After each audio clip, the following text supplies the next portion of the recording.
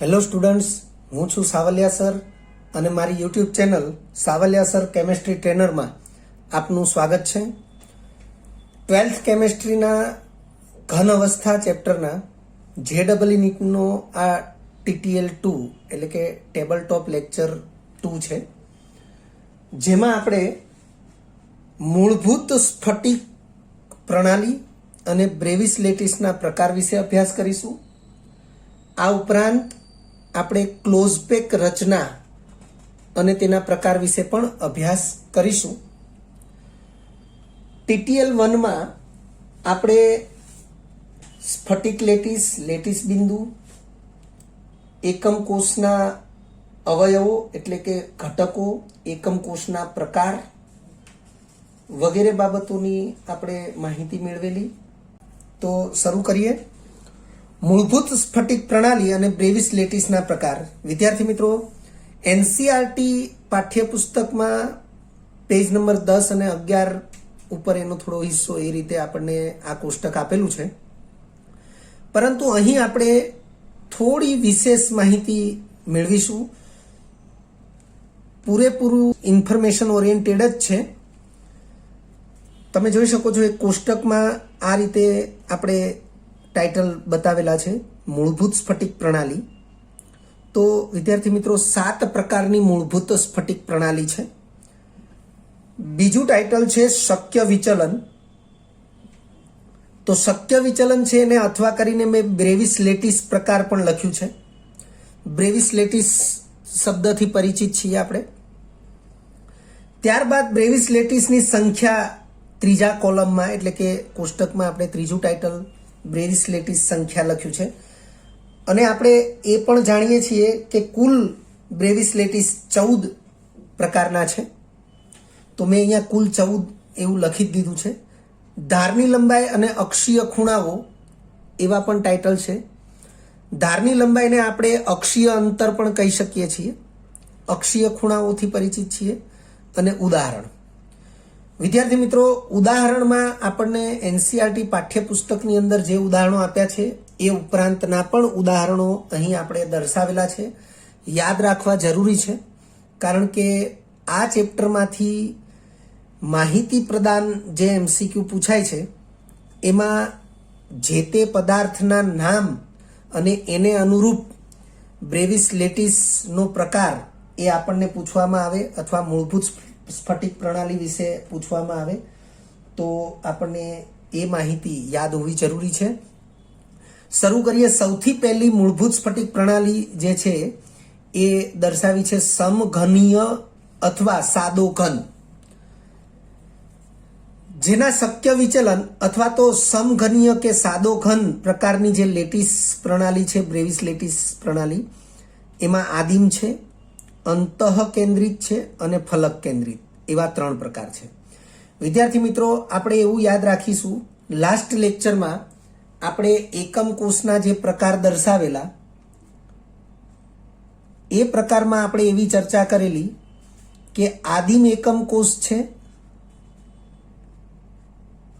એ આદિમ શા માટે છે? તો પોતે સ્વતંત્ર અસ્તિત્વ પણ ધરાવે છે અને કેન્દ્રિત એકમ કોષોમાં પણ તે રહેલો છે. તો કેન્દ્રિત એકમ કોષો જે છે એની અંદર 3 પ્રકારના કેન્દ્રિત એકમ કોષો આપણે જોયેલા. પહેલો અંતઃ કેન્દ્રિત, બીજો ફલક કેન્દ્રિત અને ત્રીજો છેડા કેન્દ્રિત. છેડા કેન્દ્રિતને આપણે અંત કેન્દ્રિત પણ કહીએ છીએ.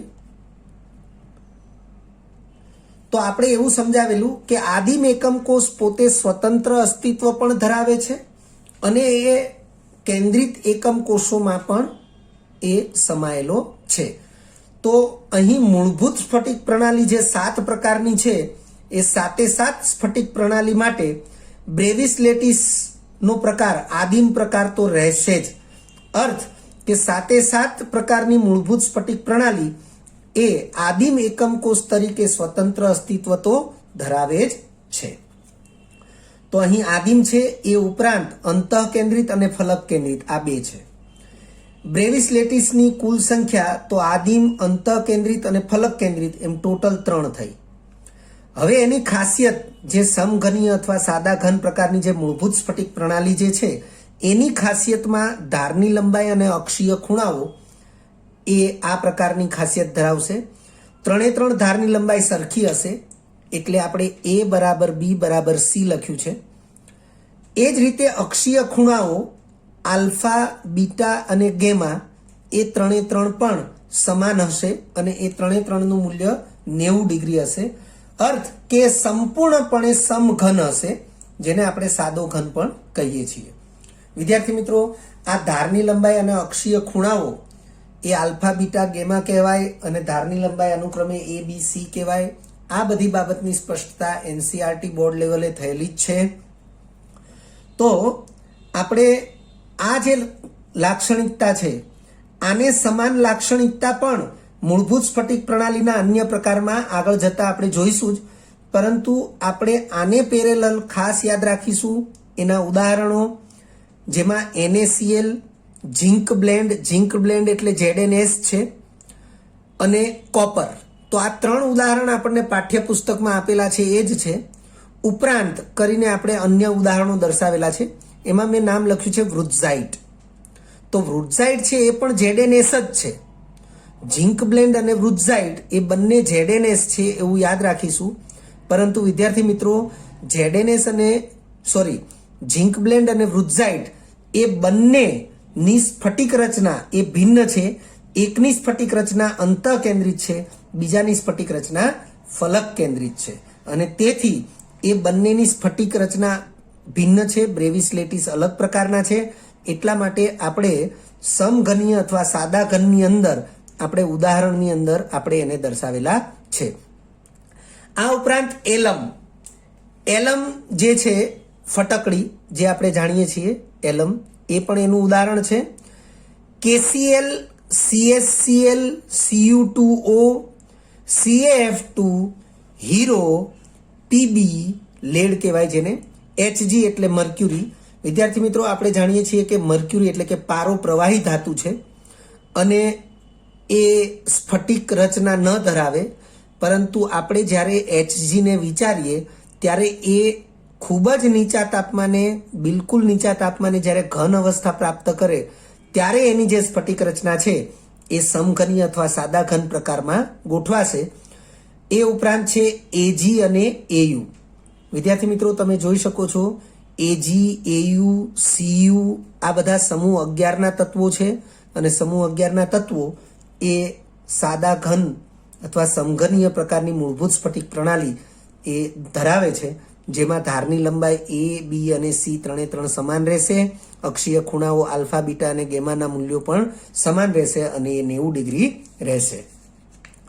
વિદ્યાર્થી મિત્રો, અમુક બાબતો એ અહીં લેખિતમાં નથી, પણ હું મૌખિક જે બોલી રહ્યો છું એને પણ યાદ રાખી લેવી જરૂરી છે. બીજા નંબરની મૂળભૂત સ્ફટિક પ્રણાલી છે એ છે ચતુષ્કોણીય અથવા એને કહેવાશે ટેટ્રાગોનલ. તો આ જે ચતુષ્કોણીય અથવા ટેટ્રાગોનલ પ્રણાલી જે છે એ આદિમ પ્રકારની તો છે જ, એટલે પોતે સ્વતંત્ર અસ્તિત્વ તો ધરાવે જ છે, પરંતુ એનું અન્ય એક શક્ય વિચલન એ અંતઃ કેન્દ્રિત તરીકે પણ છે. એટલે બ્રેવિસ લેટિસના 2 પ્રકાર થયા, આદિમ અને અંતઃ કેન્દ્રિત. એટલે બ્રેવિસ લેટિસની સંખ્યા થઈ 2. હવે એમાં એની જે લાક્ષણિકતાઓ છે ધારની લંબાઈ અને અક્ષીય ખૂણાઓ, તો ધારની લંબાઈમાં તમે જોઈ શકો છો 2 ધાર A અને B એ સમાન છે, પરંતુ ત્રીજી ધાર છે એ ભિન્ન છે. એટલે A બરાબર B છે, પરંતુ B બરાબર C નથી અને A બરાબર પણ C નહીં જ થાય. એ બાબતને આપણે ધ્યાનમાં રાખીશું.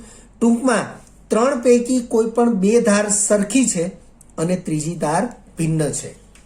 વિદ્યાર્થી મિત્રો, અહીં પાઠ્યપુસ્તકમાં અથવા એનસીઆરટી માં જે જણાવ્યું છે એ પ્રમાણેની માહિતી પ્રમાણે A અને B સમાન, C સમાન નહીં. પરંતુ ધારો કે A is not equal to B અને B is equal to C હોય તો પણ એ એની લાક્ષણિકતા જ ગણાશે. ધારો કે અહીં ઇઝ નોટ ઇક્વલ ટુ આપ્યું છે અને આ 2 સમાન આપ્યા છે તો પણ એની લાક્ષણિકતા ગણાશે.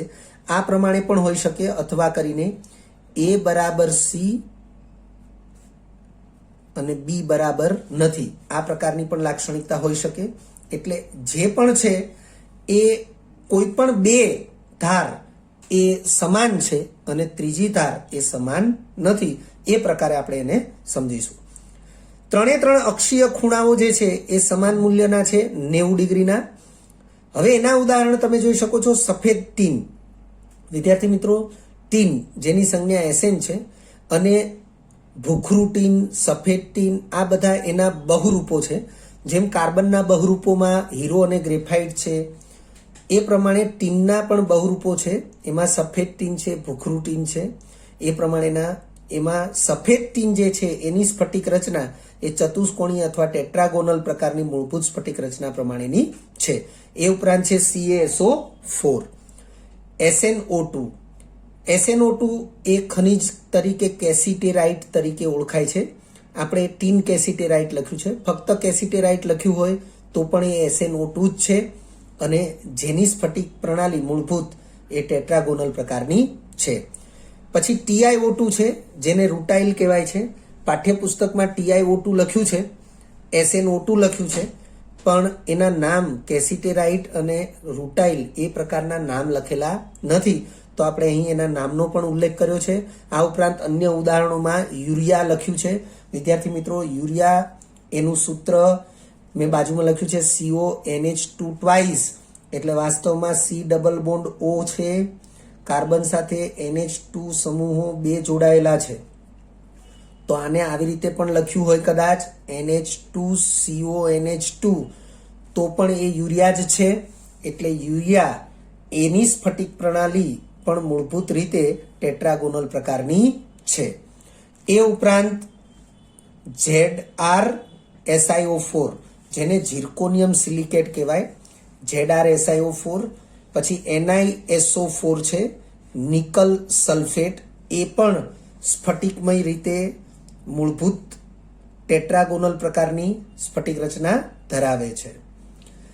એ પછી છે ZnO2. વિદ્યાર્થી મિત્રો, ZnO2 છે ઝિંક ડાયોક્સાઇડ, ખાસ ધ્યાનમાં લેજો, ZnO નથી.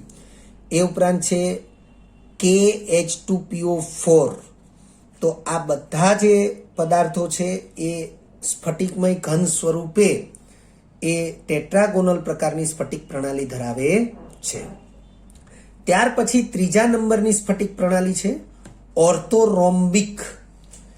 વિદ્યાર્થી મિત્રો, ઓર્થોરોમ્બિક સ્ફટિક પ્રણાલી જે છે એમાં આદિમ એટલે પોતે સ્વતંત્ર અસ્તિત્વ તો ધરાવે જ છે. એ ઉપરાંત શક્ય વિચલનમાં તમામ પ્રકારના કેન્દ્રિત એકમ કોષોમાં પણ એ સમાયેલી છે. અંતઃ કેન્દ્રિત છે, ફલક કેન્દ્રિત પણ છે, અને અંત કેન્દ્રિત એટલે કે છેડા કેન્દ્રિત પણ છે. તો બ્રેવિસ લેટિસની સંખ્યા એ 4 થશે. આદિમ, અંતઃ કેન્દ્રિત, ફલક કેન્દ્રિત અને અંત કેન્દ્રિત, એમ 4 પ્રકારની બ્રેવિસ લેટિસ છે. એટલે અહીંયા 4 બ્રેવિસ લેટિસની સંખ્યા લખી છે. તમે જોઈ રહ્યા છો કે ઓર્થોરોમ્બિક માટે ધારની લંબાઈ અને અક્ષીય ખૂણાઓની જે લાક્ષણિકતા બતાવી છે, તો ધારની લંબાઈમાં તમે જોઈ શકો છો ત્રણેય પૈકી એક પણ ધાર એકબીજાને સમાન નથી, પરંતુ તેના અક્ષીય ખૂણાઓ આલ્ફા, બીટા અને ગેમા જે છે એ 3 સમાન છે, અને એનું મૂલ્ય એ 90 ડિગ્રી છે. રોમ્બિક સલ્ફર એનું ઉદાહરણ છે KNO3. પાઠ્યપુસ્તકમાં KNO3 ઉલ્લેખ કરેલો જ છે, પરંતુ એને સુરોખાર કહેવાય, એ આપણે ધ્યાનમાં રાખીશું. એ ઉપરાંત છે BaSO4, અને ઉપરાંત કરીને આપણે વધારાના ઉદાહરણ લખ્યા છે K2SO4, PbCO3, અને એક વ્યવહારુ ઉદાહરણ લખ્યું છે દિવાસળીની પેટી. વિદ્યાર્થી મિત્રો, તમને MCQમાં આવો પ્રશ્ન પણ પૂછી શકે, દિવાસળીની પેટી માટે નીચેના પૈકી કઈ મૂળભૂત સ્ફટિક પ્રણાલી એ યોગ્ય છે? તો તમને આ પ્રકારની જે મૂળભૂત સ્ફટિક પ્રણાલી છે એ પૈકી 4 મૂળભૂત સ્ફટિક પ્રણાલી એ વિકલ્પોમાં આપી હોય, જે પૈકી ઓર્થોરોમ્બિક જે સ્ફટિક પ્રણાલી છે એ દિવાસળીની પેટી માટે એ બંધ બેસતી પ્રણાલી છે. વિદ્યાર્થી મિત્રો, દિવાસળીની પેટીને તમે ધ્યાનથી અવલોકન કરી લેજો. એ એના બધા જ ખૂણા 90 ડિગ્રીના હોય છે, પરંતુ એની બાજુઓની ધારની લંબાઈ જે છે એ એકબીજાને સમાન હોતી નથી. ત્યાર પછી આગળ વધીએ. ચોથા નંબરે મૂળભૂત સ્ફટિક પ્રણાલી જે છે એ છે ષટકોણીય અથવા એને હેક્ઝાગોનલ કહેવાય. ષટકોણીય સ્ફટિક પ્રણાલી એ પોતે આદિમ પ્રકારની જ છે, અન્ય કોઈ વિચલન દર્શાવતી નથી, એટલે બ્રેવિસ લેટિસની સંખ્યામાં 1 લખ્યું છે. હવે એના અક્ષીય ધારની જે લંબાઈ છે એને આપણે જોઈએ તો બે બાજુની ધાર સમાન છે, પરંતુ ત્રીજી ધાર સમાન નથી. એટલે કે a બરાબર b છે, પરંતુ b is not equal to c છે. એનો અર્થ a is not equal to પણ c થશે. ત્યાં તમે જોઈ શકો છો કે આલ્ફા અને બીટા બે જે ખૂણાઓ છે એ 90 ડિગ્રીના છે, પરંતુ ગેમા ખૂણો જે છે એ 120 ડિગ્રીનો છે. એના જે ઉદાહરણો આપ્યા છે પાઠ્યપુસ્તક પ્રમાણે ગ્રેફાઇટ, ZNO અને CDS આ 3 ઉદાહરણો છે. ઉપરાંત કરીને આપણે દર્શાવ્યું છે ઝિંક, કેડમિયમ, મેગ્નેશિયમ, આ 3 ધાતુઓ છે. એ ઉપરાંત AgI, SiC સિલિકોન કાર્બાઇડ છે, સિલ્વર આયોડાઇડ AgI છે, PbI2 લેડ આયોડાઇડ PbI2. એવી રીતે ક્વાર્ટઝ. વિદ્યાર્થી મિત્રો, ક્વાર્ટઝ વિશે આપણે થોડીક સ્પષ્ટતા કરીએ તો સ્ફટિકમય સિલિકા, શબ્દો સ્ફટિકમય સિલિકા, સિલિકા એટલે રેતી. સ્ફટિકમય સિલિકા જે છે એ સ્ફટિકમય સિલિકાના 3 પ્રકાર છે, કુદરતી 3 પ્રકાર. એમાં છે ક્વાર્ટઝ, ક્રિસ્ટોબેલાઇટ અને ત્રીજું છે ટ્રાઇડાયમાઇટ. વિદ્યાર્થી મિત્રો, આ 3 પ્રકાર એ કુદરતી રીતે સ્ફટિકમય સિલિકાના એ 3 કુદરતી ઉદાહરણો છે. આ ચેપ્ટરમાં NCERT બુક લેવલે પેજ નંબર 6 અને 7 ઉપર કોષ્ટક 1.2 આપેલું છે, જુદા જુદા પ્રકારના ઘન પદાર્થો, અને એ માહિતી પ્રદાન વસ્તુ છે અથવા ટોપિક છે. અને એમાં આપણને 4થા નંબરે સહસંયોજક અથવા જે જાળીદાર ઘન પદાર્થો આપ્યા છે, અને એની અંદર ઉદાહરણ તરીકે SiO2 અને કૌંસમાં ક્વાર્ટઝ લખેલું છે. તમે જોઈ શકો છો પાઠ્યપુસ્તકની અંદર અને સ્ટડી કરી શકો છો. તો ફક્ત ક્વાર્ટઝ નામ લખ્યું છે. વાસ્તવમાં એ SiO2 સ્ફટિકમય એક જ નામ ક્વાર્ટઝ એના ઉદાહરણમાં લખી શકીએ એવું નથી. ક્રિસ્ટોબેલાઇટ, ટ્રાઇડાયમાઇટ આ 3 નામ લખી શકાય. 3 નામ એ SiO2 એટલે કે સિલિકા, સ્ફટિકમય સિલિકા માટે યોગ્ય છે. ત્યાર પછીનું જે ઉદાહરણ લખ્યું છે બરફ. તો વિદ્યાર્થી મિત્રો, વ્યવહારમાં બરફ 2 પ્રકારના છે. તમે જાણતા હશો, એક બરફ એવો છે કે જે સફેદ છે અને અપારદર્શક છે, વ્હાઇટ્સનો, અને બીજો બરફ એવો છે કે જે કાચ જેવો છે, પારદર્શક છે. તો એ જે કાચ જેવો બરફ છે એને સ્ફટિકમય બરફ કહેવાય. અને અહીં જે ઉદાહરણ છે એ સ્ફટિકમય બરફનું જ છે એવું આપણે ધ્યાનમાં રાખીશું. એટલે એ જે કાચ જેવો બરફ હોય એની સ્ફટિક મૂળભૂત પ્રણાલી જે છે એ પણ હેક્ઝાગોનલ પ્રકારની હોય છે. ત્યાર પછી છે બેરિલ. વિદ્યાર્થી મિત્રો, બેરિલનું સૂત્ર મેં અહીંયા લખ્યું છે B3L2Si6O18. બેરિલ એ બેરિલિયમની ખનિજ છે અને એક પ્રકારનો એલ્યુમિનો સિલિકેટ છે. આ પણ આપણે મૌખિક રીતે હું બોલ્યો છું, પરંતુ આપણે એને ધ્યાનમાં રાખીશું. ફરીથી સૂત્ર ઉપર ધ્યાન રાખીશું. Be3Al2Si6O18.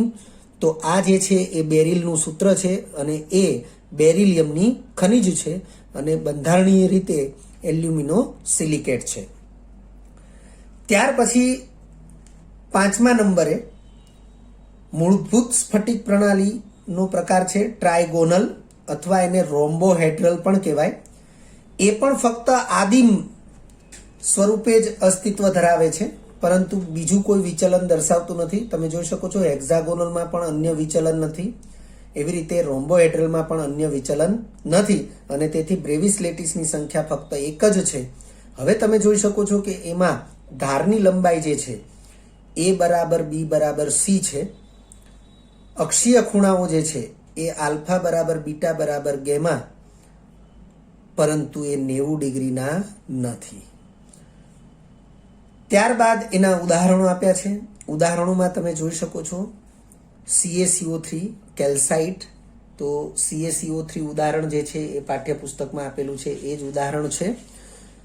પછી જે લખ્યું છે HGS, તો વિદ્યાર્થી મિત્રો HGS ઉદાહરણ જે છે એ પણ પાઠ્યપુસ્તકમાં છે અને પાઠ્યપુસ્તકમાં એનું નામ એ સિનેબાર લખેલું છે, પરંતુ એના અન્ય નામ મેં અહીં દર્શાવેલા છે. રસ સિંદૂર અને હિંગળોક આ બંને એના અન્ય નામ છે.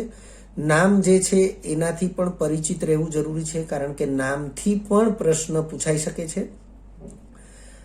આ જે ઉદાહરણો છે એ વધારાના ઉદાહરણ છે. SB એને આપણે એન્ટીમની કહીશું, એ ધાતુ તત્વ છે. BI bismuth. પછી MgCO3 છે.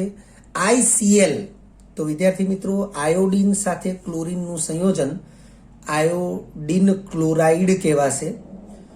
આવા સંયોજનો કે જેમાં બંને તત્વો હેલોજન તત્વો છે એને આંતર હેલોજન સંયોજનો પણ કહેવાય છે. સમૂહ 17ના અભ્યાસની અંદર આંતર હેલોજન સંયોજનો વિશેનો અભ્યાસ આવશે.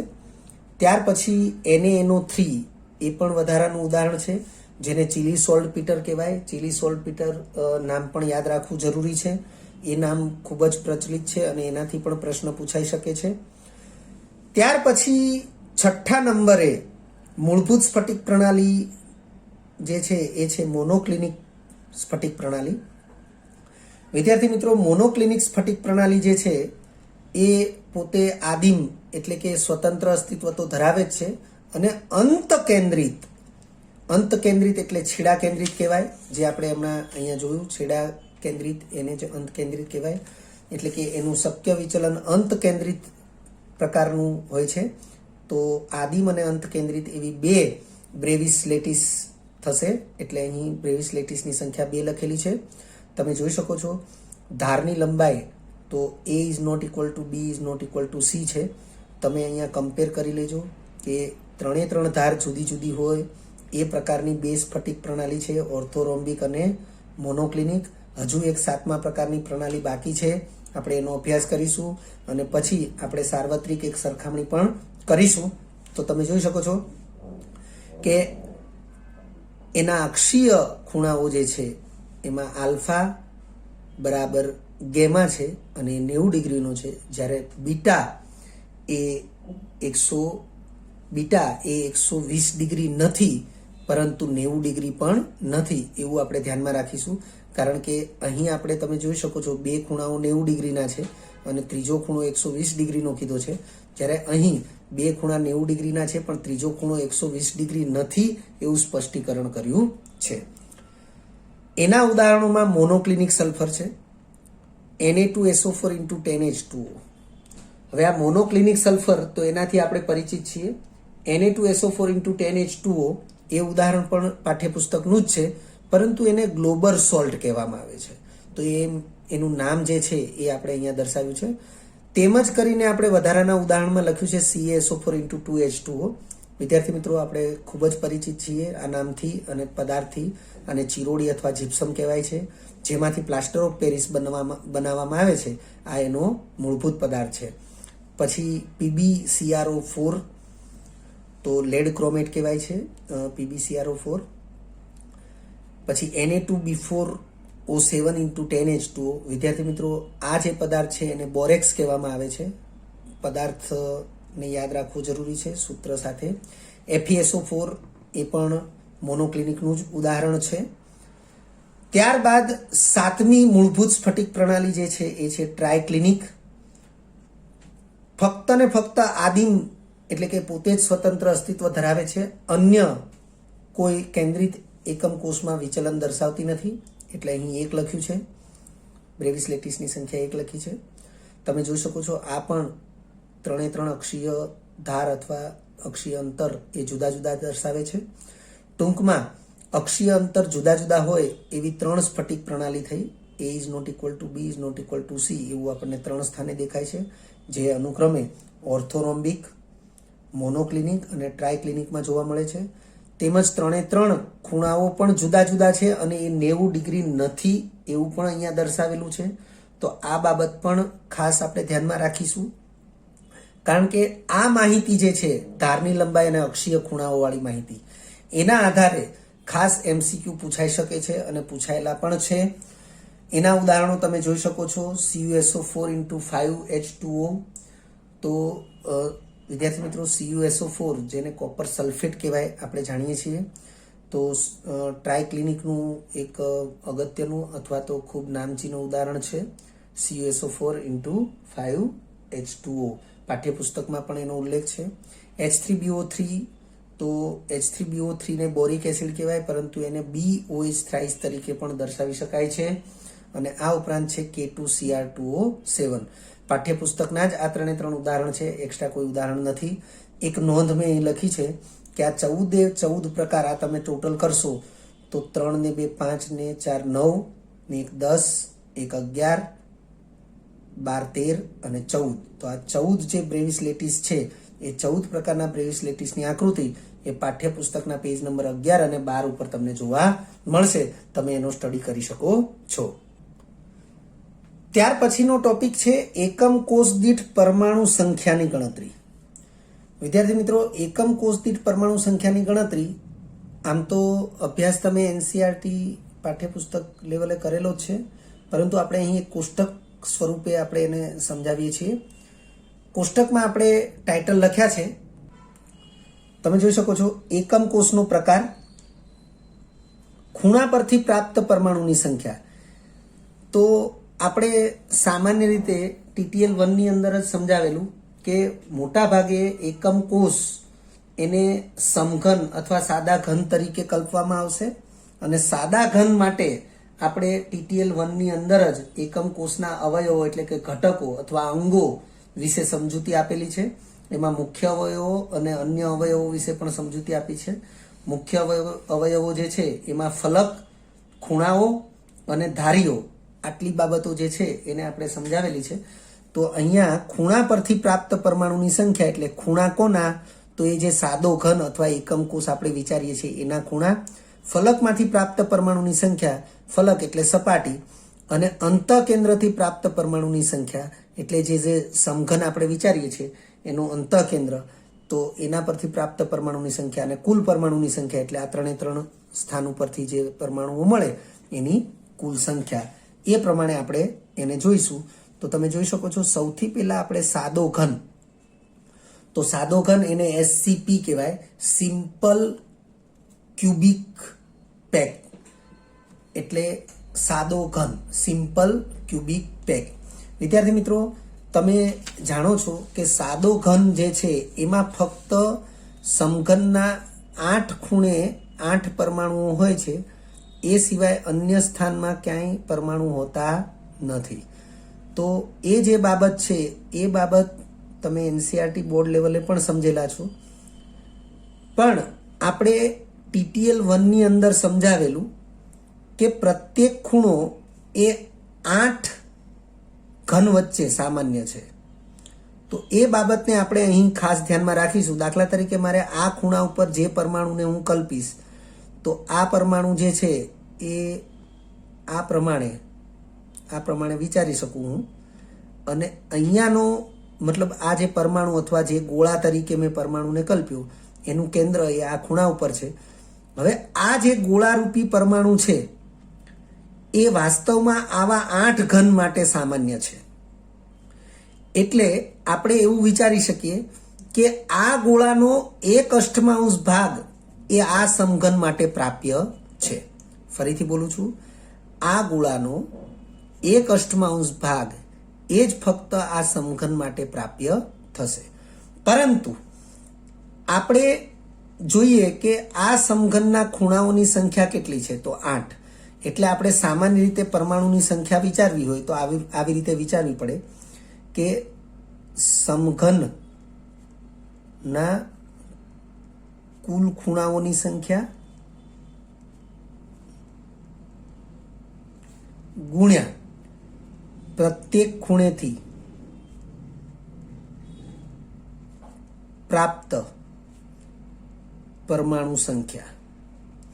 તો પ્રત્યેક ખૂણેથી પ્રાપ્ત પરમાણુ સંખ્યા 1/8 છે, કારણ કે આ ખૂણેથી પરમાણુનો 1/8 ભાગ પ્રાપ્ત થશે અને ખૂણાઓની સંખ્યા 8 છે, તો આપણને કુલ પરમાણુની સંખ્યા સમઘન એટલે કે સાદા ઘન માટે કુલ પરમાણુની સંખ્યા 1 મળશે. તો ખૂણા પરથી પ્રાપ્ત પરમાણુની સંખ્યા 1 થઈ. હવે સાદા ઘનમાં ખૂણાઓ સિવાય અન્ય કોઈ સ્થાને પરમાણુ હોતા નથી. તો તમે જોઈ શકો છો ફલકમાં કોઈ પરમાણુ ન હોય એટલે ત્યાં 0. એ જ પ્રકારે અંતઃકેન્દ્ર પર કોઈ પરમાણુ ન હોય એટલે ત્યાં પણ 0. તો સરવાળો કરીએ 1 + 0 + 0, તો ટોટલ 1 પરમાણુ એ સાદા ઘન એકમ કોષ માટે પરમાણુની સંખ્યા થશે. ત્યાર પછી છે અંતઃકેન્દ્રિત ઘન. તો વિદ્યાર્થી મિત્રો, અંતઃકેન્દ્રિત ઘન, તો એમાં આ જે સાદા ઘનની જે બાબત છે એ તો એ સમાયેલી જ હશે, એ તો હાજર જ હશે, પરંતુ આ સમઘનના અંતઃકેન્દ્ર સ્થાન ઉપર પણ એક પરમાણુ હાજર હશે. એટલે 8 ખૂણે જે 8 ગોળા અથવા 8 પરમાણુ 1/8 ભાગ લેખે એ એક પરમાણુ તો હાજર હશે જ હશે, કારણ કે સાદો ઘન એને આપણે આદિમ એકમ કોષ પણ કહી શકીએ. એટલે આદિમ એકમ કોષની જે પરમાણુ સંખ્યા હશે એ બેઠે બેઠી એને લાગુ તો પડશે જ. પરંતુ અંતઃકેન્દ્રિત ઘન છે એટલે ફલક કેન્દ્રમાં કોઈ પરમાણુ હશે નહીં. એટલે ફલકના સ્થાનમાંથી પ્રાપ્ત થતી પરમાણુ સંખ્યા એ 0 હશે, પરંતુ અંતઃકેન્દ્ર ઉપર એક સંપૂર્ણ પરમાણુ રહેલો હોય અને એ સંપૂર્ણ પરમાણુ એ અન્ય કોઈ પણ કોષો માટે એ સહિયારો હોતો નથી, જેની નોંધ પણ આપણે TTL 1માં લખેલી છે. તો અહીં અંતઃકેન્દ્રથી પ્રાપ્ત પરમાણુની સંખ્યા 1 થશે, જેમાં કોઈ ભાગીદાર નથી, એટલે સંપૂર્ણ પરમાણુ પ્રાપ્ત થશે અને તેથી કુલ પરમાણુની સંખ્યા 1 + 0 + 1 એ 2 થશે. ત્યાર પછી જે છે એ છે ફલક કેન્દ્રિત ઘન. વિદ્યાર્થી મિત્રો, ફલક કેન્દ્રિત ઘન જે છે એને FCC ફેસ સેન્ટર્ડ સેલ અથવા ફેસ સેન્ટર્ડ ક્યુબ, ફલક કેન્દ્રિત ઘન ફેસ સેન્ટર્ડ ક્યુબ. સેલ કહીએ તો એ એકમ કોષ માટે સેલ એવો શબ્દ થશે. એટલે ફેસ સેન્ટર્ડ ક્યુબ FCC. હવે ફેસ એટલે ફલક, ફલકના કેન્દ્રમાં તો 6 ફલક છે. હવે ફલક એ 2 કોષ વચ્ચે અથવા 2 ઘન વચ્ચે સામાન્ય હોય એવી ચર્ચા પણ આપણે TTL 1ની અંદર કરેલી છે કે ઘન એકમ કોષ અથવા સમઘનનું પ્રત્યેક ફલક એ 2 એકમ કોષો અથવા તો 2 ઘન વચ્ચે સામાન્ય સહિયારું હોય છે. એટલે જો કોઈ ફલકના કેન્દ્રમાં ગોળાને વિચારવામાં આવે, ખાસ ધ્યાન રાખીને જોઈ લેજો વિદ્યાર્થી મિત્રો, જો કોઈ ફલકના કેન્દ્રમાં, ધારો કે આ ફલકના કેન્દ્રમાં કોઈ ગોળાને વિચારવામાં આવે તો આ ગોળો એ આ સમઘન માટે અડધો મળશે અને એની બાજુમાં ગોઠવાયેલા બીજા સમઘન માટે એ અડધો મળશે. એટલે એ પ્રકારે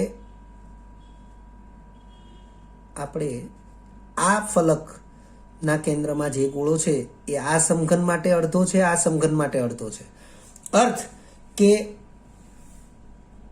1/2 ભાગ પ્રાપ્ત થશે. તો આપણે ફલકમાંથી પ્રાપ્ત પરમાણુની સંખ્યા વિચારવી હોય તો આ પ્રમાણે વિચારવી પડે. ફલકની સંખ્યા, તો એકમ કોષ દીઠ ફલકની કુલ સંખ્યા ગુણ્યા પ્રત્યેક ફલક દીઠ પ્રાપ્ત ભાગ. તો ફલકની કુલ સંખ્યા 6 છે, પ્રત્યેક ફલક દીઠ પ્રાપ્ત ભાગ 1/2 છે, તો જવાબ આવશે 3.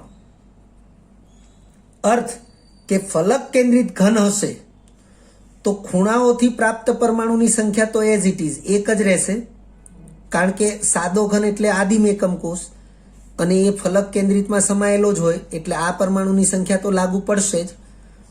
ફલકમાંથી પ્રાપ્ત પરમાણુની સંખ્યા 3 થઈ તો એ 3, પરંતુ અંતઃ કેન્દ્રમાં કોઈ પરમાણુ એ ફલક કેન્દ્રિત ઘન માટે હોતો નથી એટલે ત્યાં 0. તો કુલ પરમાણુની સંખ્યા આપણે વિચારીએ તો 1 + 3 + 0 એટલે કુલ પરમાણુની સંખ્યા થશે 4. એટલે આ પ્રમાણે એની એકમ કોષ દીઠ પરમાણુની સંખ્યા એ આપણે ગણી શકીએ છીએ. અને આને આધારિત પણ MCQ પૂછાતા હોય છે. ત્યાર પછીનો ટોપિક છે ક્લોઝપેક રચના અને તેના પ્રકાર. વિદ્યાર્થી મિત્રો, ક્લોઝપેક રચના અને તેના પ્રકાર એના વિશેનું ડિટેલિંગ પણ NCERT બોર્ડ લેવલે ભણી ચૂક્યા છો, પરંતુ અહીં આપણે એને ચાર્ટ રૂપે જોઈશું. અને ચાર્ટ રૂપે જોવા ઉપરાંત આપણે એની જે અમુક સંકીર્ણ અથવા કોમ્પ્લિકેટેડ બાબતો જે છે એને થોડી બાયફર્ગેટ કરીશું. સ્ફટિકમય ઘનના ઘટક કણો, અણુ, પરમાણુ કે આયન ને ગોળા રૂપે કલ્પવામાં આવે છે. સ્ફટિક રચના માટે આવા ગોળાઓ એકબીજાને સ્પર્શીને અનેક સ્તરોમાં ત્રિપરિમાણીય રીતે ગોઠવાય છે, જેને ક્લોઝપેક રચના કહે છે. આવી કોઈ બાબત અથવા આવો કોઈ પરિચય એ તો આપણે જાણીએ છીએ. ફરીથી જોઈ લો. સ્ફટિકમય ઘનના ઘટક કણો, તો ઘટક કણો તરીકે અણુ, પરમાણુ કે આયનો હોય છે. તો સ્ફટિકમય ઘનના ઘટક કણોને ગોળા તરીકે કલ્પવામાં આવે છે. અને આવા ગોળાઓ એકબીજાને સ્પર્શીને અનેક સ્તરોમાં ત્રિપરિમાણીય રીતે ગોઠવાય ત્યારે સ્ફટિક રચના એ બને છે. અને આ પ્રમાણેની જે ગોઠવણી છે એને જ ક્લોઝપેક રચના તરીકે ઓળખવામાં આવે છે. વિદ્યાર્થી મિત્રો, NCERT પાઠ્યપુસ્તક લેવલે તમે જે ભણ્યા છો એ જ ક્લોઝપેક રચનાને ફરીથી યાદ કરવાની છે, પરંતુ અહીં આપણે એનું એક વર્ગીકરણ તરીકે અભ્યાસ કરીશું. તો ક્લોઝપેક રચનાનું વર્ગીકરણ એવું મેં લખ્યું છે અને ફ્લોચાર્ટ બનાવ્યો છે. એમાં સૌથી પહેલું છે એક પરિમાણીય ક્લોઝપેક રચના, અથવા એને રેખીય ક્લોઝપેક રચના પણ કહેવાય. અને મેં અહીંયા લખી દીધું છે એનો સવર્ગાંક 2 છે. સવર્ગાંકનો અર્થ શું થાય તો તમે જાણો છો કે ક્લોઝપેક રચનામાં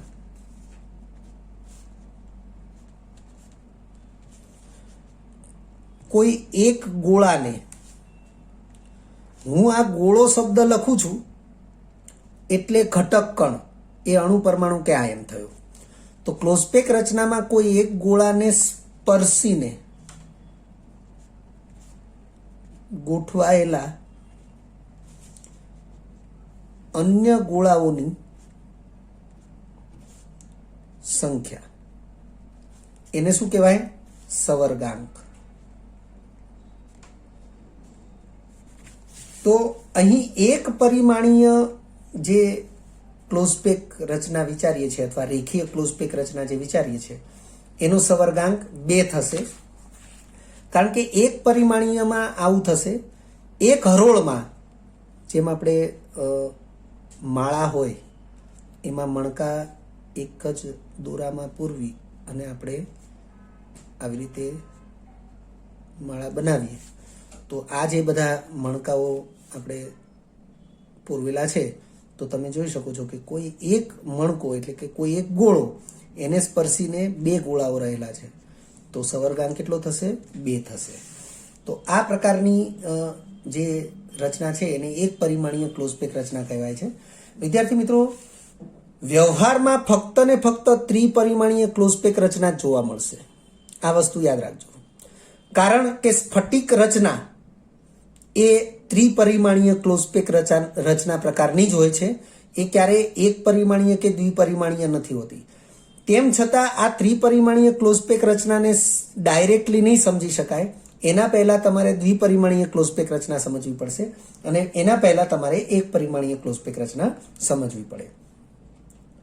કારણ કે એક પરિમાણીયથી જ દ્વિપરિમાણીય બનશે અને દ્વિપરિમાણીયથી જ ત્રિપરિમાણીય બનશે. તો બીજા નંબરે છે દ્વિપરિમાણીય ક્લોઝપેક રચના, અથવા એને સમતલીય ક્લોઝપેક રચના કહેવાય, અથવા એને સ્તરીય ક્લોઝપેક રચના કહેવાય. હવે સ્તરીય ક્લોઝપેક રચના અથવા દ્વિપરિમાણીય ક્લોઝપેક રચના એના 2 પેટા પ્રકાર આપણે ધ્યાનમાં લઈશું. એક છે સમચોરસ ક્લોઝપેક જેમાં હરોળની ભાત એટલે કે આ જે હરોળ કહેવાય, આ જે એક પરિમાણીય અથવા રેખીય ક્લોઝ પેક છે એને હરોળ તરીકે વિચારીશું. તો હરોળની ભાત એ એટલે કે બધી હરોળ એકબીજાના સંપર્કમાં છે એ બધી સમાન પ્રકારની છે. એક હરોળને આપણે એ તરીકે વિચારીએ તો બધી હરોળ એકબીજાને સમાંતર સમાન રીતે જ એકબીજાને સ્પર્શીને ગોઠવાયેલી છે, એટલે એ હરોળની ભાત જે છે એને એ પ્રકારની કહી શકાય. આપણે એની એક આકૃતિ અહીંયા વિચારીએ. દાખલા તરીકે આ એક હરોળ છે, એવી જ આ બીજી હરોળ વિચારી લઈએ. તો બીજી હરોળના પણ ગોળાઓ એ સમાંતર રીતે સ્પર્શીને એ ગોઠવાયેલા છે, અને આ પ્રકારે આ હરોળને જો હું એ નામ આપું તો આ હરોળને પણ એ જ નામ આપી શકાય.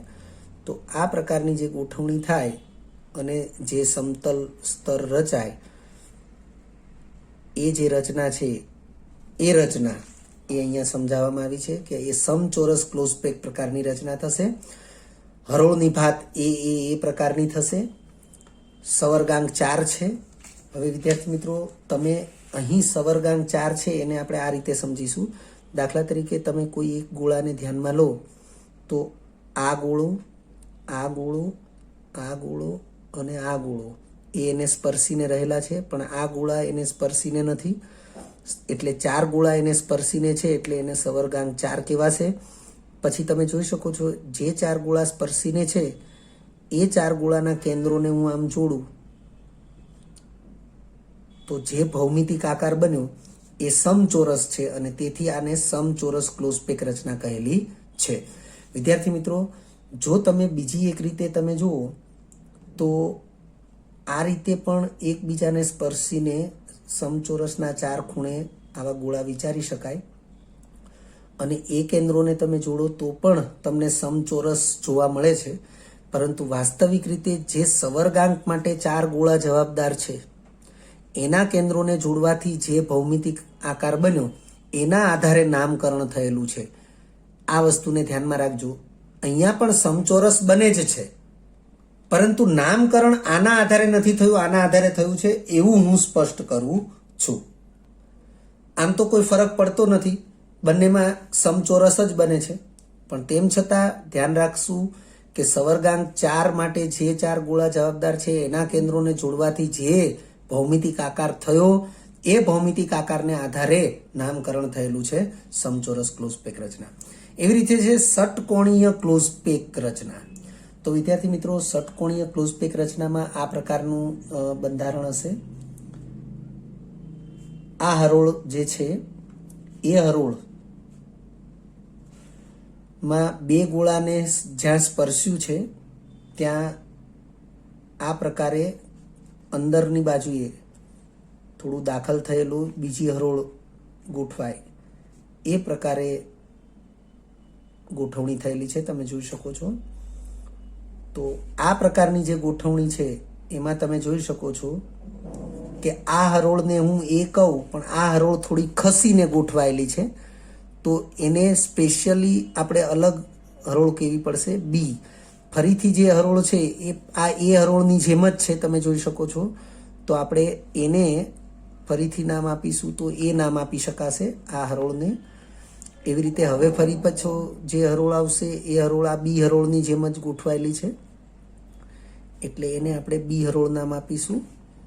એટલે આ હરોળ બી થઈ. એટલે અહીંયા હરોળની ગોઠવણી જે છે એ એ બી પ્રકારની લખેલી છે, તમે જોઈ શકો છો. સવર્ગાંક 6, તો તમે કોઈ એક ગોળાને ધ્યાનમાં લો તો એને સ્પર્શીને 6 ગોળાઓ રહેલા છે, અને એ 6 ગોળાના કેન્દ્રોને તમે જોડો અને જે ભૌમિતિક આકાર થયો એ ષટકોણ થયો, અને તેથી આ સમતલીય ક્લોઝ પેક રચના છે એને ષટકોણીય ક્લોઝ પેક રચના કહેલી છે. સવર્ગાંક 6 તમે જોઈ શકો છો. હવે જો અહીંયા તમે એકબીજાને સ્પર્શીને રહેલા કોઈ પણ ગોળાને વિચારો તો 3 જ ગોળા છે અને એના કેન્દ્રોને તમે જોડો તો ત્રિકોણ બને છે. તો જો આ પ્રકારે નામકરણ વિચારીએ તો આને ત્રિકોણીય ક્લોઝ પેક રચના કહેવી પડે, પણ વાસ્તવમાં એને ષટકોણીય ક્લોઝ પેક રચના કહેવામાં આવી છે. એટલે સવર્ગાંક માટે જે ગોળાઓ જવાબદાર છે અને એના કેન્દ્રોને જોડી અને જે ભૌમિતિક આકાર બને એના આધારે આ નામકરણ થયેલું છે. તો સમચોરસ ક્લોઝ પેક તો એમાં હરોળની ભાત એ પ્રકારની છે, અને ષટકોણીય ક્લોઝ પેક તો એમાં હરોળની જે ગોઠવણીની ભાત છે એ બી પ્રકારની છે. સવર્ગાંક 6 છે, જ્યારે સમચોરસમાં સવર્ગાંક 4 છે. ત્યાર પછી ત્રીજા નંબરનું જે ક્લોઝ પેક છે એ ત્રિપરિમાણીય અથવા અવકાશીય ક્લોઝ પેક કહેવાય. હવે આ ત્રિપરિમાણીય ક્લોઝ પેક છે એ દ્વિપરિમાણીય ક્લોઝ પેકમાંથી બને. જેમ દ્વિપરિમાણીય ક્લોઝ પેક છે એક પરિમાણીય, તમે જોઈ શકો છો હરોળની ભાત, તો એમ હવે ત્રિપરિમાણીય ક્લોઝ પેક ભણીશું તો એમાં સ્તરીય ગોઠવણીની ભાત એવું આવશે. તો આપણે જોઈએ, આગળ વધીએ. તો એમાં મુખ્ય 2 પ્રકાર છે, અને 2 પ્રકાર શેના આધારે છે? તો દ્વિપરિમાણીયમાંથી ત્રિપરિમાણીય બને તો દ્વિપરિમાણના 2 પ્રકાર છે, એક સમચોરસ ક્લોઝ પેક, એક ષટકોણીય ક્લોઝ પેક. તો અહીંયા તમે જોઈ શકો છો સમચોરસ દ્વિપરિમાણીય માંથી ત્રિપરિમાણીય ક્લોઝ પેક, અને બીજો પ્રકાર છે એ ષટકોણીય દ્વિપરિમાણીય માંથી ત્રિપરિમાણીય ક્લોઝ પેક. એટલે આ પ્રકારના જે દ્વિપરિમાણીય છે એમાંથી ત્રિપરિમાણીય બને છે, અને આ પ્રકારના જે દ્વિપરિમાણીય છે એમાંથી ત્રિપરિમાણીય બને છે. તો સમચોરસ દ્વિપરિમાણીયમાંથી ત્રિપરિમાણીય ક્લોઝ પેક છે તો એના માટે સ્તરીય ગોઠવણી. હવે અહીં આપણે સ્તર જે છે એને એ તરીકે કલ્પીશું. તો તમે જોઈ શકો છો કે સ્તરીય ગોઠવણીનો પ્રકાર એવી રીતે આપેલો છે. પાઠ્યપુસ્તકમાં પણ એની આકૃતિ તમને બતાવવામાં આવી જ છે. ત્યાર પછી એના એકમ કોષનો પ્રકાર જે છે એ સાદો ઘન અથવા તો સિમ્પલ ક્યુબ જે છે એ પ્રકારનો છે. તો આપણે ખાસ ધ્યાન રાખીશું સ્તરીય ગોઠવણી એ પ્રકારની, કારણ કે એમાં બધા જ સ્તર એકબીજા ઉપર સમાન ગોઠવાયેલા રહેશે, અને એના કારણે એ સ્તરીય ગોઠવણી જે છે એને એ પ્રકારની સ્તરીય ગોઠવણી કીધી છે. એકમ કોષ વિદ્યાર્થી મિત્રો પાઠ્યપુસ્તકમાં પેજ નંબર 15 ઉપર તમને આની રચના આપેલી છે, તમે જોઈ શકો છો. હું મૌખિક રીતે કહી રહ્યો છું. પાઠ્યપુસ્તક એનસીઆરટી પાઠ્યપુસ્તક એમાં પેજ નંબર 15 ઉપર આની ગોઠવણી આપેલી છે, એ તમે જોઈ શકો છો. એવી રીતે ષટકોણીય દ્વિપરિમાણીયમાંથી ત્રિપરિમાણીય ક્લોઝ પેક, જેમાં સવર્ગાંક 12 છે. હવે એમાં પાછા 2 પ્રકાર છે. વિદ્યાર્થી મિત્રો, જે તમે એનસીઆરટી પાઠ્યપુસ્તકમાં ભણ્યા છો ક્લોઝ પેક રચના, ત્યાં તમને એવું સમજાવવામાં આવ્યું છે કે એક ષટકોણીય સ્તર ઉપર બીજું ષટકોણીય સ્તર ગોઠવવામાં આવે. પેજ નંબર 16 ઉપરની આકૃતિ છે, તમે પાઠ્યપુસ્તક જોડે લઈ અને બેસી શકો છો આ ટોપિકને સમજવા માટે, અને એનસીઆરટી લેવલે પણ તમે ક્લોઝ પેક રચના ભણેલા જ છો. તો જ્યારે એક ષટકોણીય સ્તર ઉપર બીજું ષટકોણીય સ્તર ગોઠવાય છે ત્યારે 2 પ્રકારના છિદ્રો બને છે, ચતુષ્ફલકીય છિદ્ર અને અષ્ટફલકીય છિદ્ર. અને ત્રીજું સ્તર ગોઠવાય ત્યારે ત્રિપરિમાણીય જે રચના અથવા એકમ કોષ રચના પ્રાપ્ત થાય. તો એમાં આપણે 2 પ્રકાર છે, એમાં લખ્યું છે ચતુષ્ફલકીય છિદ્ર ઢંકાય તે રીતે ત્રીજું સ્તર ગોઠવાય, અને બીજું છે અષ્ટફલકીય છિદ્ર ઢંકાય તે રીતે ત્રીજું સ્તર ગોઠવાય. તો ચતુષ્ફલકીય છિદ્ર અને અષ્ટફલકીય છિદ્ર શું છે એનો અભ્યાસ એ તમે એનસીઆરટી પાઠ્યપુસ્તકમાં કરેલો જ છે. આપણે પણ એનો અભ્યાસ અલગથી કરીશું આના પછીના લેક્ચરમાં, પરંતુ અહીં આપણે પાઠ્યપુસ્તકને આધારે આગળ વધી રહ્યા છીએ અથવા એનસીઆરટીની માહિતી પ્રમાણે આગળ વધી રહ્યા છીએ કે ત્રીજું સ્તર એવી રીતે ગોઠવાય કે જેનાથી ચતુષ્ફલકીય છિદ્ર ઢંકાય. તો એ જે સ્તરીય ગોઠવણી છે એ એબી પ્રકારની થશે. એકમ કોષનો પ્રકાર એ ષટફલકીય અથવા હેક્ઝાગોનલ ક્લોઝ પેક પ્રકાર થશે. અને ખાસ મેં નોંધ લખી છે કે જે ઘન પ્રકારની નથી, એટલે કે સમઘન પ્રકારની નથી. આપણે જેમાં આ જે કહીએ બરોબર છે કે ભાઈ સાદો ઘન, અંતઃ કેન્દ્રિત ઘન, ફલક કેન્દ્રિત ઘન, તો આમાં જે ઘન આવે છે એવો આ ઘન પ્રકારનો ક્લોઝ પેક નથી, એવું આપણે અહીંયા સ્પષ્ટતા કરી છે. હેક્ઝાગોનલ ક્લોઝ પેક એને HCP કહેવાય. અષ્ટફલકીય છિદ્ર ઢંકાય તે રીતે ત્રીજું સ્તર ગોઠવાય તો સ્તરીય ગોઠવણીનો પ્રકાર ABC પ્રકારનું થશે. એટલે કે જે ત્રીજું સ્તર છે એ આગળના 2 સ્તરને સમાન બનતું નથી. જ્યારે અહીંયા ત્રીજું સ્તર છે એ અને બીમાંથી એને સમાન છે, અથવા બી અને એમાંથી બીને સમાન છે, એવી રીતે દર્શાવવામાં આવ્યું છે. એકમ કોષ, તો એકમ કોષ એ ઘન અતિસંકુલિત પ્રકારનો એકમ કોષ ગણાશે, અથવા એને ઇંગ્લિશમાં ક્યુબિક ક્લોઝ પેક કહેવાય. જેને સીસીપી સંજ્ઞા વડે દર્શાવાય, ક્યુબિક ક્લોઝ પેક. અથવા એને ફલક કેન્દ્રિત ઘન પણ કહેવાય છે. ફલક કેન્દ્રિત ઘનને ઇંગ્લિશમાં ફેસ સેન્ટર્ડ ક્લોઝ પેક અથવા ફેસ સેન્ટર્ડ સેલ. તો ફેસ સેન્ટર્ડ સેલને આપણે એફસીસી તરીકે પણ દર્શાવીએ છીએ. તો આ જે છે એ ઘન પ્રકાર છે, કારણ કે એમાં ઘન અતિસંકુલિત અને ક્યુબિક ક્લોઝ પેક એવા શબ્દો જે છે એ જ દર્શાવે છે કે એ ઘન પ્રકાર છે. એ ઉપરાંત ફલક કેન્દ્રિત ઘન, તો ઘન પ્રકારમાં જ એનો ઉલ્લેખ છે. એટલે અષ્ટફલકીય છિદ્ર ઢંકાય તે રીતે ત્રીજું સ્તર ગોઠવાય ત્યારે ઘન પ્રકારની ક્લોઝ પેક રચના બનશે. જ્યારે ચતુષ્ફલકીય છિદ્ર ઢંકાય તે પ્રકારે ત્રીજું સ્તર ગોઠવાય તો ઘન પ્રકારની ક્લોઝ પેક રચના બનતી નથી. વિદ્યાર્થી મિત્રો, સંવર્ગાંક સમાન છે માટે બંનેની પેકિંગ ક્ષમતા સમાન થશે. પેકિંગ ક્ષમતા અને આ ચતુષ્ફલકીય છિદ્રો વિશેનો અભ્યાસ એ આના પછીના ટીટીએલ લેક્ચરમાં જોઈશું. વિદ્યાર્થી મિત્રો, જો તમને આ વિડીયો લેક્ચર ગમ્યો હોય તો લાઇક આપજો, શેર કરજો અને સબસ્ક્રાઇબ પણ કરજો. અગાઉના લેક્ચરનું રિવિઝન અને પાઠ્યપુસ્તકનું વાંચન કરતા રહેજો. આ લેક્ચર અંગે કોઈ પણ ડિફિકલ્ટી હોય તો મને વોટ્સઅપ કરી શકાય. આભાર. ફરી મળીશું નવા વિડીયો લેક્ચરમાં.